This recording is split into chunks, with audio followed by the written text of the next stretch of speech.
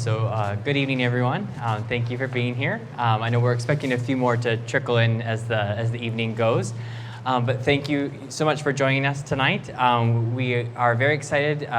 Many of you are likely aware that in November, we announced that we would be working with the Think Learning Studio in the design of our middle years curriculum and looking ahead to our secondary development, which was a big part of our next school phase and being able to now, when we move to the new campus, being able to go all the way through to high school. And so as we navigate these uncharted waters for Dalton, it was really important for us to find a partner that was mission aligned. And so I think we definitely, through I think more than a year-long process of kind of mutually vetting one another, we definitely felt that was there. But I am very excited for you to meet some members of the team tonight, because I think this week has really confirmed that and affirmed that mission alignment is very much there, and that we're going to really be able to continue the things that we that we love and find true to the Dalton DNA, and then really take them to the next level as our children are ready to take it to the next level. So with that, I want to introduce the team to you. So I'll maybe start. So Russell's going to be our speaker tonight, so maybe I'll introduce him last. But in the back we have Nick, Ebony, and Chung Man. And so they've been working with kind of almost everyone in the community throughout the week. So they've been working with teachers, with students, with some parent groups throughout the week to really get to know Dalton better, so that we're going to be able to design our version of the Changemaker curriculum that really reflects our values and hopes for our kids. But tonight, our official speaker is going to be Russell. So Russell Cailey is the managing director at Think Learning Studio. He was also previously the principal at Think Global School. And so tonight, he's going to be able to share with you all a bit more about that journey, and then also start to give some signals to kind of what to expect and what to look forward to in Dalton's Changemaker curriculum. So I'll bring Russell up. Thank you, everyone. Yeah, we have to. Yeah, sorry. Hi, everyone. It's lovely to be here. And I just want to say, on behalf of all the team, thank you so much for welcoming us to the Dalton community. We've had a lovely 4 days so far, and you really do have a very special group of young people here, a special group of teachers.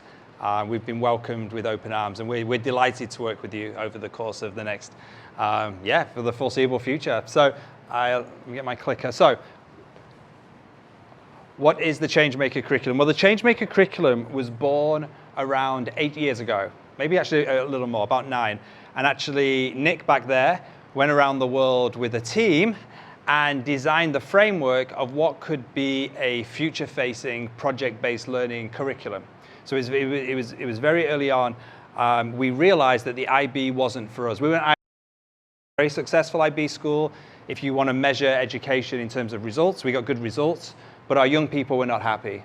And we decided, there were hundreds, if not thousands of IB schools, what if we actually reimagined our own school and our own curriculum? People might come, but they might not come, but we won't know until we build it.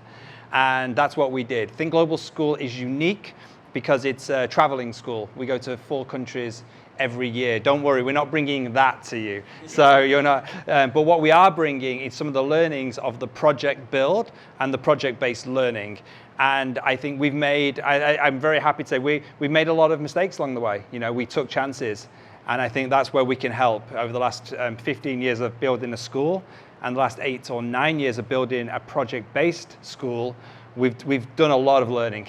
There's been a lot of up and downs. And I think we can bring that experience to help Dalton move into a very brave and future-facing direction. But it's important to say Dalton is not alone. There is incredible things happening all across this region.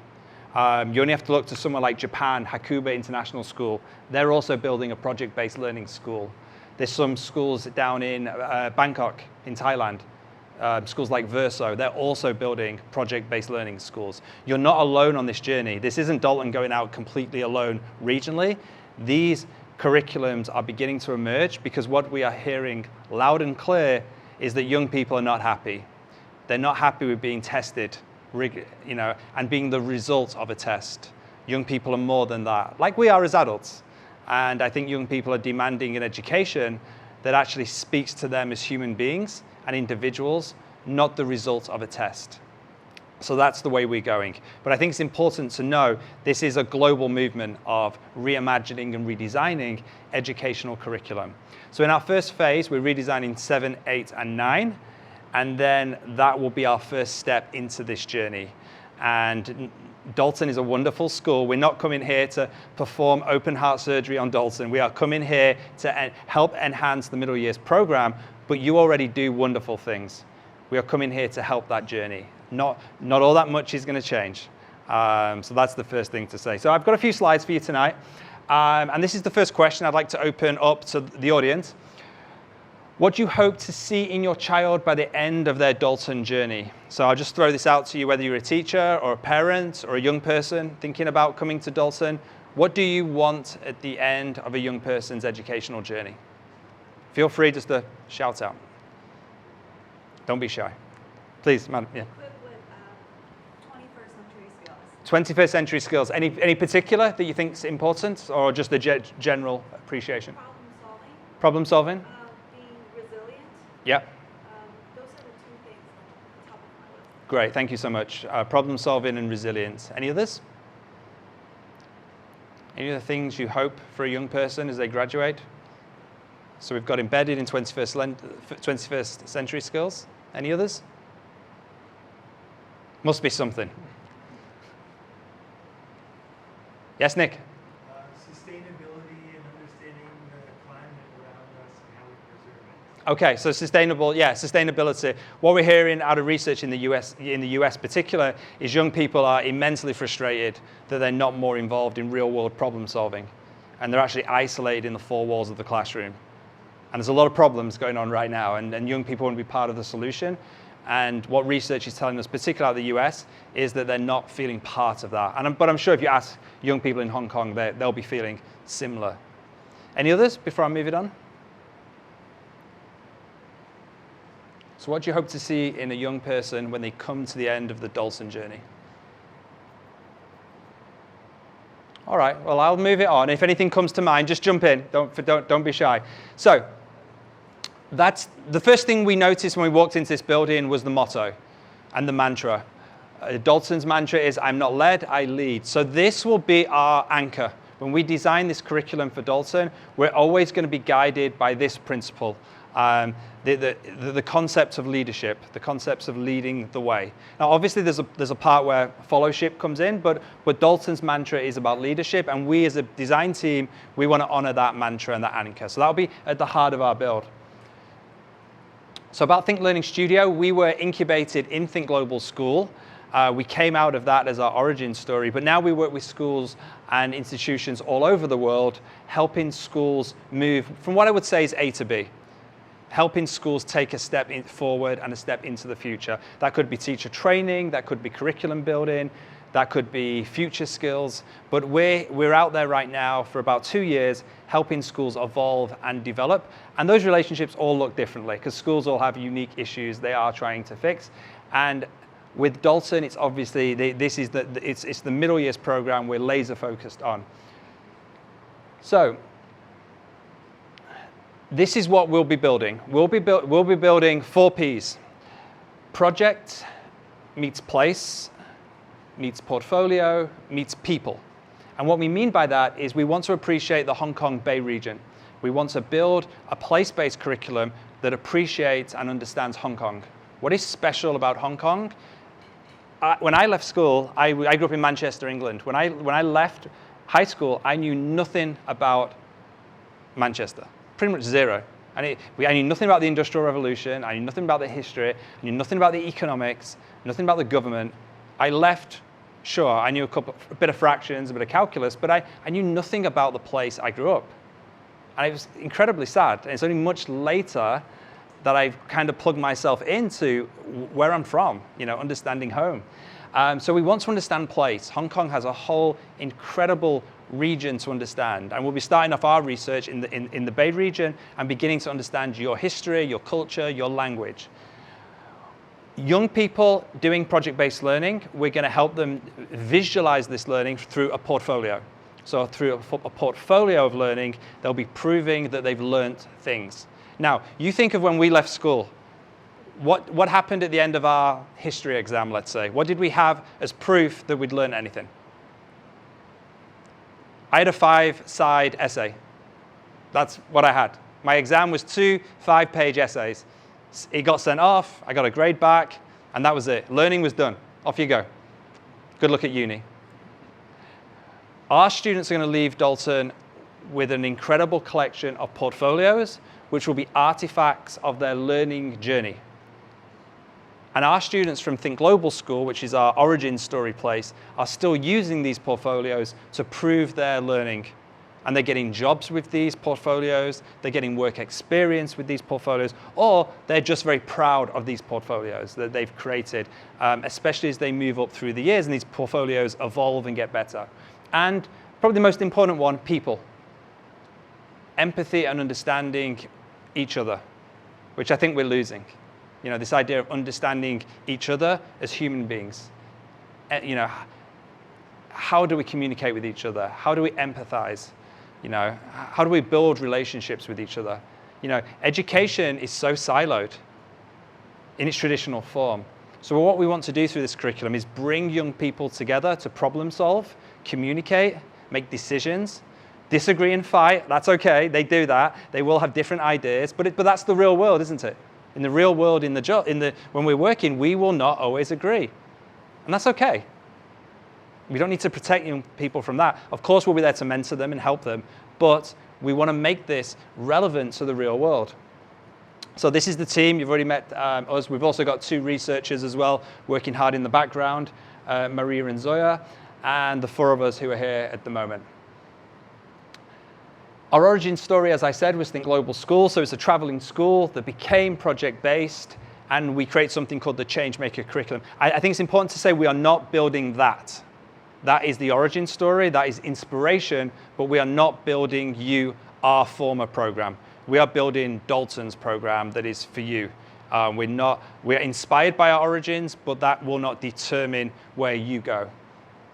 And I think also it's about reframing what an educator is, where an educator becomes a guide, a mentor, a coach, not someone who's doing what I'm doing right now, standing and talking. So I think that's key, that actually our educators become coaches through these projects to facilitate some of the huge issues going on, as Nick said before, sustainability issues, artificial intelligence, VR. You know, these are big, genomics. These are huge issues coming at us. You know, if we think, I did a talk in Shanghai last week where part of that talk veered off into what are future skills. Nick and I were looking at reports before about 50 jobs of the future. The world is changing so fast. You know, what's going to happen when we get to pick designer babies? We get to start altering genes to change hair color. Yeah. What about but it's going to happen. It's coming. Maybe 20 years, maybe 50 years. But the science is coming. How do we build ethics around that? Morality. We're not ready. Are we ready for AI? Debatable. We could probably have a whole session on that right now. But the huge changes in things like genomic alteration, you know, the metaverse, how much will we live in it? How much will we not? Does anyone have an Apple Vision Pro yet? Did anyone buy one? Not yet? No? Okay. Seen a couple in Dubai where I live, but you know, already people are walking the streets with them on. Yeah, it's weird. It's super weird. So, and I think this is the most important thing I'll say to you today as people who are interested in this. Anything we build will be built with these 3 pillars in the top left-hand corner. It will allow our young people to achieve mastery in a certain discipline they feel passionate about. We will give them autonomy and choice within reason. And obviously that will increase as they go up through the grade levels. And that's Arushi, one of our old students. What's just behind her is purpose. We'll give learning purpose. Our young people will study areas that they are passionate about and they care about. Of course, we'll do the maths and the science and the language. We'll build those foundation skills. But big projects will be about things we cared about. Makes sense? So that's where we'll be heading. Inserting the purpose and the passion into learning. And as you see there, we have helped guide over the last almost decade now, probably close to almost 2,000 projects. So we've seen this live. And we actually have an open website that Changman and I can share with you at the end of tonight, which is open source, where you can dip into projects that our learners and our students have done over the last 7-8 years. So this is a slide we're using a lot this week to talk to parents and educators. As you can see, these are the key areas. So key area of a curriculum, as I just said, autonomy, purpose, mastery, and agency. Everything we build with Sean and the team will have this model front and center. I think Global School, actually, if it doesn't have that, Changman led our curriculum. She was our lead curriculum designer. If our curriculum ideas don't have these pillars in there, it doesn't go through. It doesn't go, students don't learn about it. It has to have these 4 pillars to be part of our curriculum. And as said before, there's a bit of an expanded diagram to see lots of P's on this, but basically, this is the curriculum. So if you hear project-based learning, it's a bit of a meaningless phrase right now. We use it as a bit of an anchor, but it actually, what we'll be doing here is place-based, portfolio-based, passion-based, purpose-based, people-based. It's going to be very much more multifaceted than just doing a project. It's going to be way deeper than that.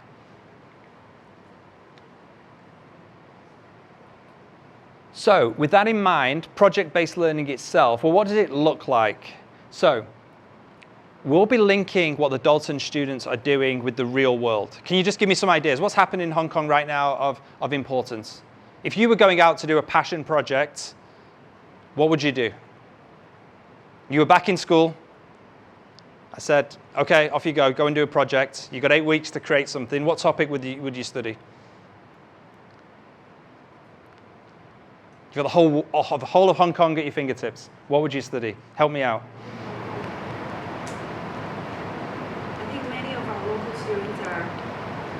Leading Hong Kong, Okay. leading some of the schools being shut down. I think probably we can do a project around that and see how school will survive in this new wave. So kind of brain drain, migration, exodus of people in and out. Yeah, it's a real problem for some countries. People are leaving. We live in a more globalized world. There are attractive visa options. I live in Dubai. We don't have to live where we're born anymore. Like potentially our parents. My parents will never leave Manchester. They have no interest in leaving Manchester. But the next following generations are completely different. So and we did a module in China on that, didn't we? Migration. Yeah. So we actually could, when Think Global School was in China, we stayed in Shanghai and we actually did a module on that, the people movement in and out of Shanghai and migration. And the students really enjoyed that. It wasn't an area they would have picked themselves, but we did that as a teacher-led module, which is different from a passion-based module. PBL can look different ways. It can be teacher-led or student-led. And from this side of the room, what would you do? Any project. Well, this class would be hard work. This class would be hard work at school. What would we do? So we've got a migration module going on this side of the class. What would we do? Yes?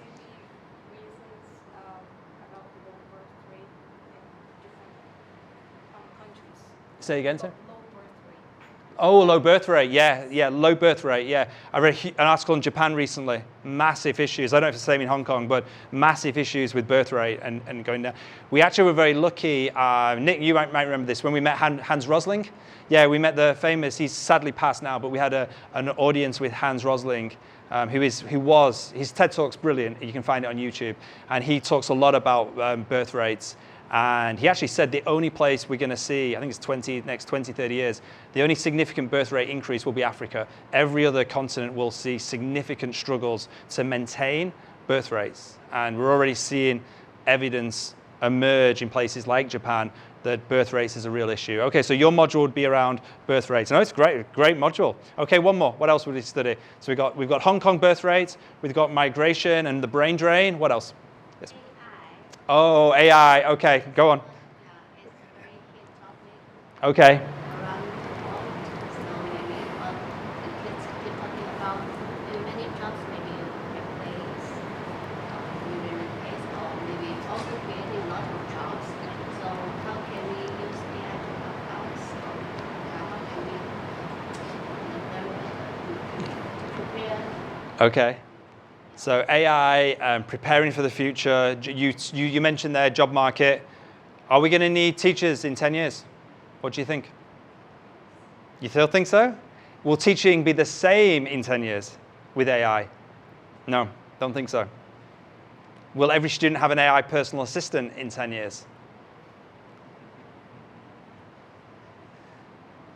So I live very close to the Museum of the Future, and they've been running AI models through robots. So it's a combination. Imagine ChatGPT or Gemini living inside a robot that can respond to that. And it's already here. It's done. Like they've already invented that technology.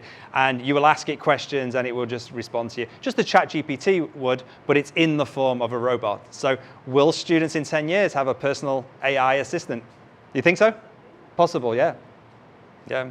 What will education look like with AI deeply embedded in 10? When was ChatGPT launched? November 2022.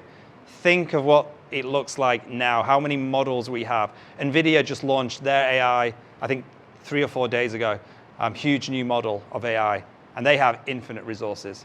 So with ChatGPT, Google Gemini, NVIDIA's model, more coming. What is AI's? I actually just introduced my dad to AI. He's not been off it for a week. He's blown away. My dad is the biggest fan now of ChatGPT. I have created a monster. I don't think he's not spoke to my mother. He's actually replaced my mother. Yeah, ChatGPT has actually just replaced my mother. So yeah, so that's, And actually there was a report on the BBC, you can actually find this report, where young people are actually communicating now with AI-based help desks and AI-based counselors in higher numbers that they're ringing human-based counselors.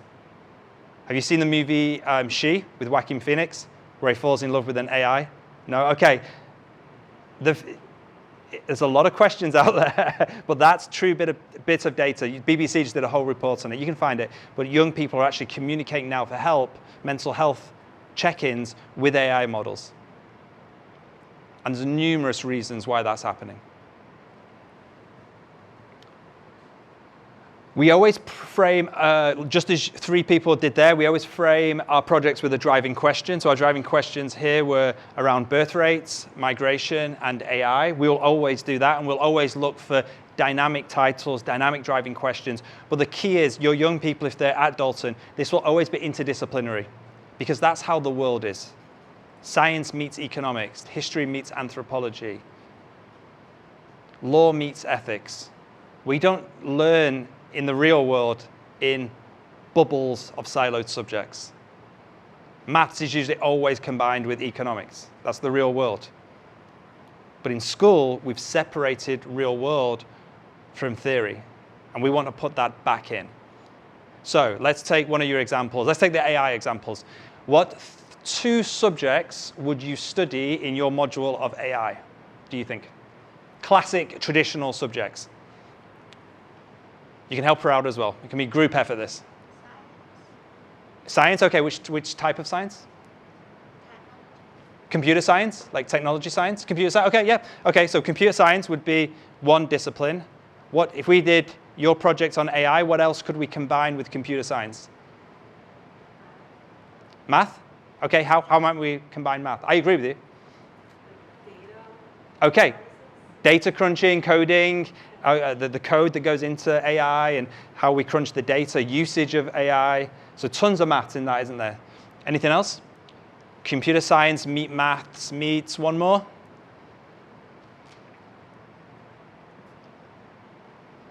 Looking at my, go on, Sean. Let's get some humanities. And humanities, okay. Any particular field of humanities, Sean? I guess I'm looking at more of the lens of how can we think more about the ethics of it. Okay, ethics. Okay, so your module now, we're building it, okay? We've now got a module on AI. We're going to combine maths with computer science with ethics. Okay, all of a sudden, we've got a bit of momentum. And then we'd create a driving question behind that, okay? So driving question that we were looking at in India is how do we stay human in the age of AI? So it's all about how do we remain human, how do we keep humanity at the forefront? Tricky question. Through these projects, our students can also go in different directions. Project-based learning, all students in a module don't move together. They can move at different pace, they can have different end products, they can work in teams doing different challenges. So the learning space your young people will be in, much more dynamic. Not everyone moving at the same pace, slowly going on the same course. It can be very dynamic. As we already said, the teacher moves more into the role of a guide or a facilitator, and the students are more in control of their assessment. Does anyone in here get assessed as part of their work? Does someone ever tell you about, yep, you're nodding, yeah. Did you ever get assessed about, in terms of your job, you're doing a good job or a bad job? No one gets assessed. This is great. I need to move to Hong Kong. But if you do, I guess you get a voice, don't you? Doesn't your line manager or boss says, how do you think you did? What's your, did you do a good or bad job this quarter? You always get a voice, but do our students get a voice often? No. They get a grade and they're told to move on. So in project-based learning, the students get a much more active role in the assessment. This doesn't say they can shout down the teacher. What it does do, though, is they get to give feedback to the process. They get a voice in it. So therefore, they care more about the end product. They're not disenfranchised from it. And this is our process that we're going, and to make this come alive, to make this real, this will be our process. So we're at the green block right now. We're visiting Hong Kong. We're getting to know you all. We're getting to be part of this awesome community. And we'll move on from here and begin to design, with Sean and the team, an actual program strategy and a conceptual design. After that, we'll begin to deliver the first pilot and the first grade 7 year build of this program. And then we'll launch this in September. So we're going to be moving fast and building this very, very quickly to get this off the ground. But this is what we do. Don't panic. We've done, this is how our team works. And we're already in the weeds of Dalton, the culture, the community here. So we're already off to a great start. And just to close down with this point, the benefits we believe in doing this, just as we've already discussed today, is we are learning how to apply. We are actively problem solving. We are setting project management skills. We are getting your young people linked to industry. So through these projects, we'll be, what are some of the big regions in Hong Kong City? Some of the big companies? Or industries? What kind? Finance?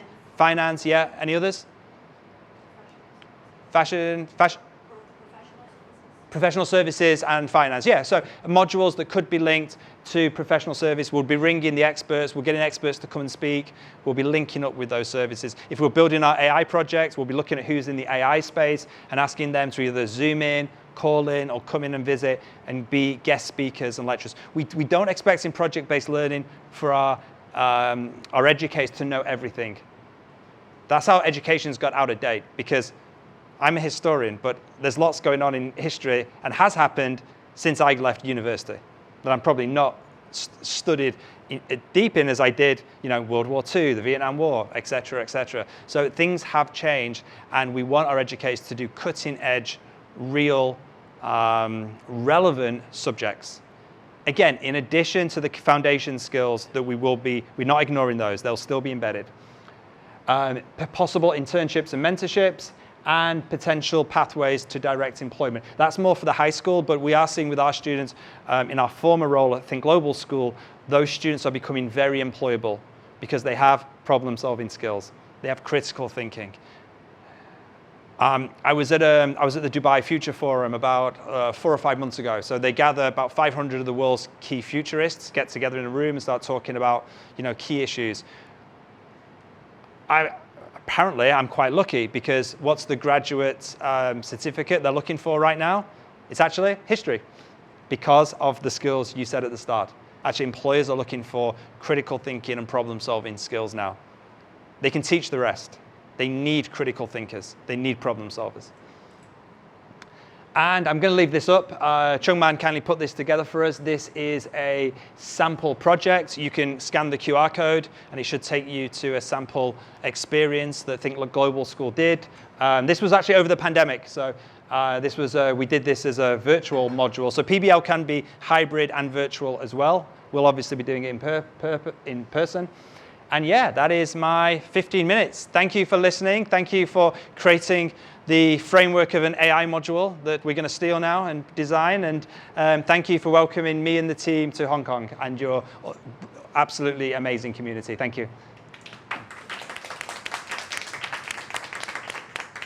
So we do have a little, if you have any questions, this is definitely kind of an open forum. So maybe we'll keep it as an open space for questions, but since we're a smaller group, if also at this point you're ready to go, then we can also do more of kind of a quick little one-off questions too. But any questions for Russell or the team about Changemaker curriculum or the partnership?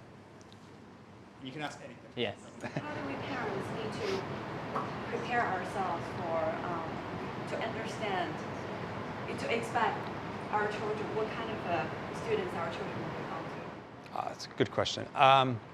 What have I seen in?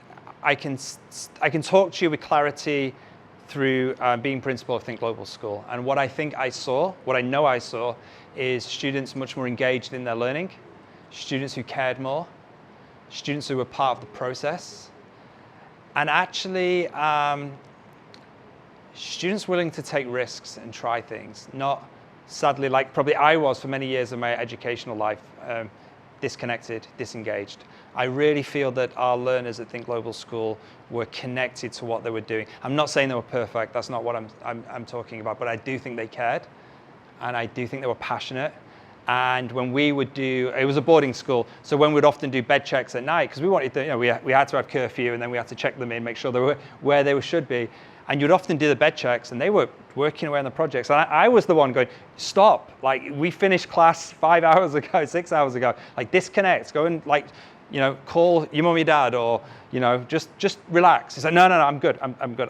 And so they were so engaged in these projects because they were making the decisions, they were doing the designs, they were creating the prototypes. So they cared, and I think that's what I would hope to see from your son or daughter, that they actually began to care about their journey again or more. I hope I'm right on that.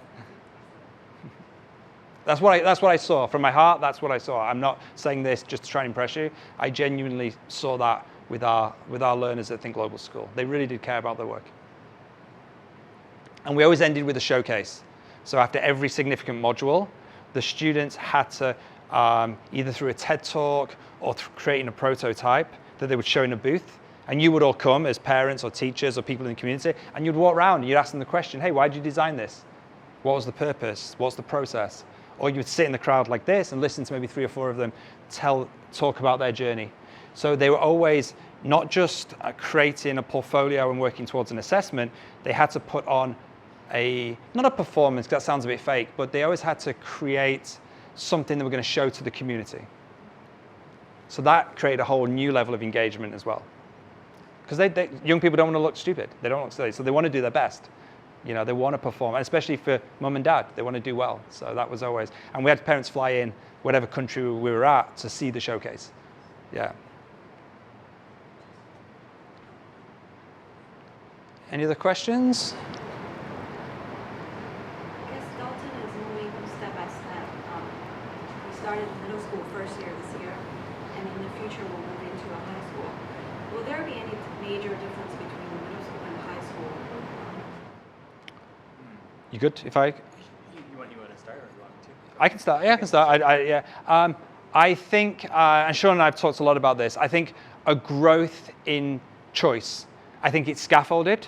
So I think as we go 6, 7, 8, even 9, you've got educator involvement, giving them the skills of project-based learning, showing them how to do it. Chung Man used to work extensively with our learners on the front end to help them build the portfolio, help them understand project-based learning.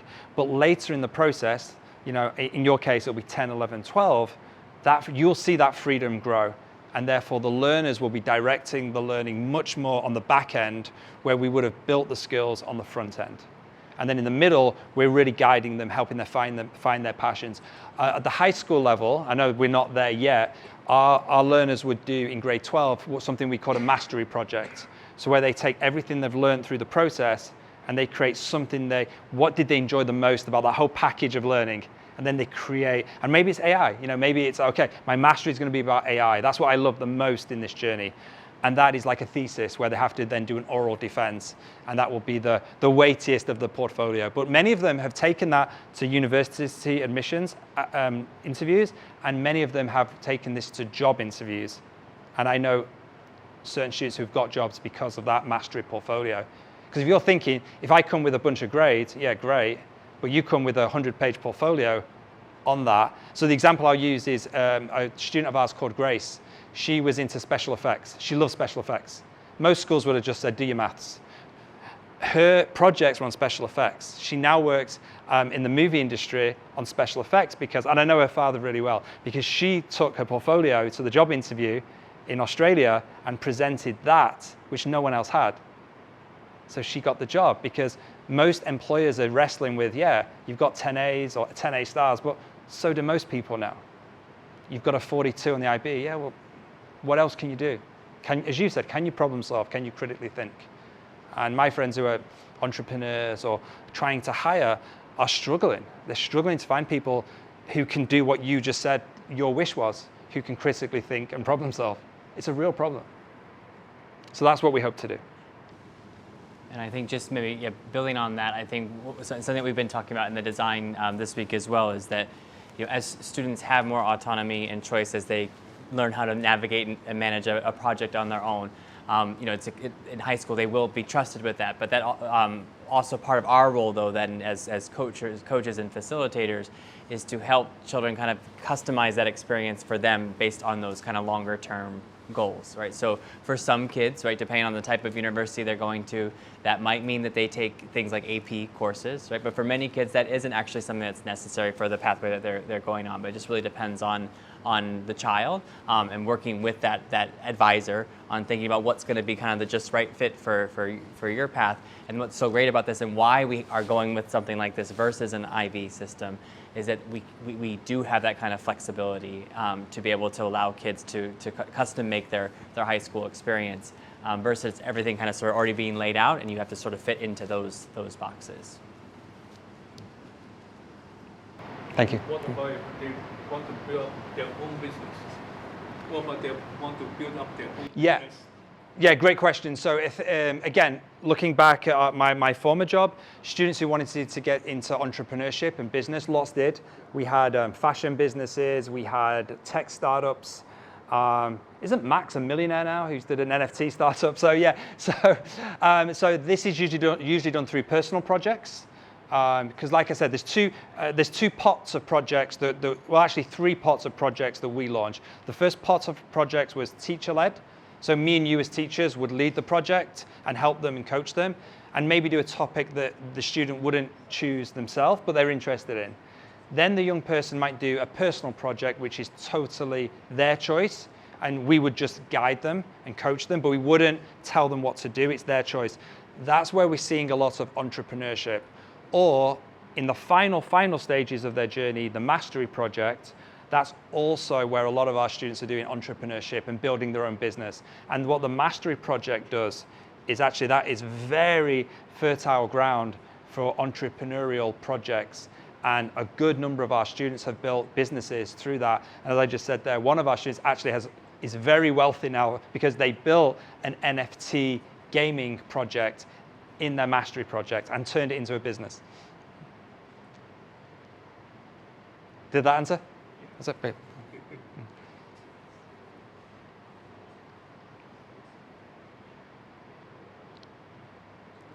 Any other questions?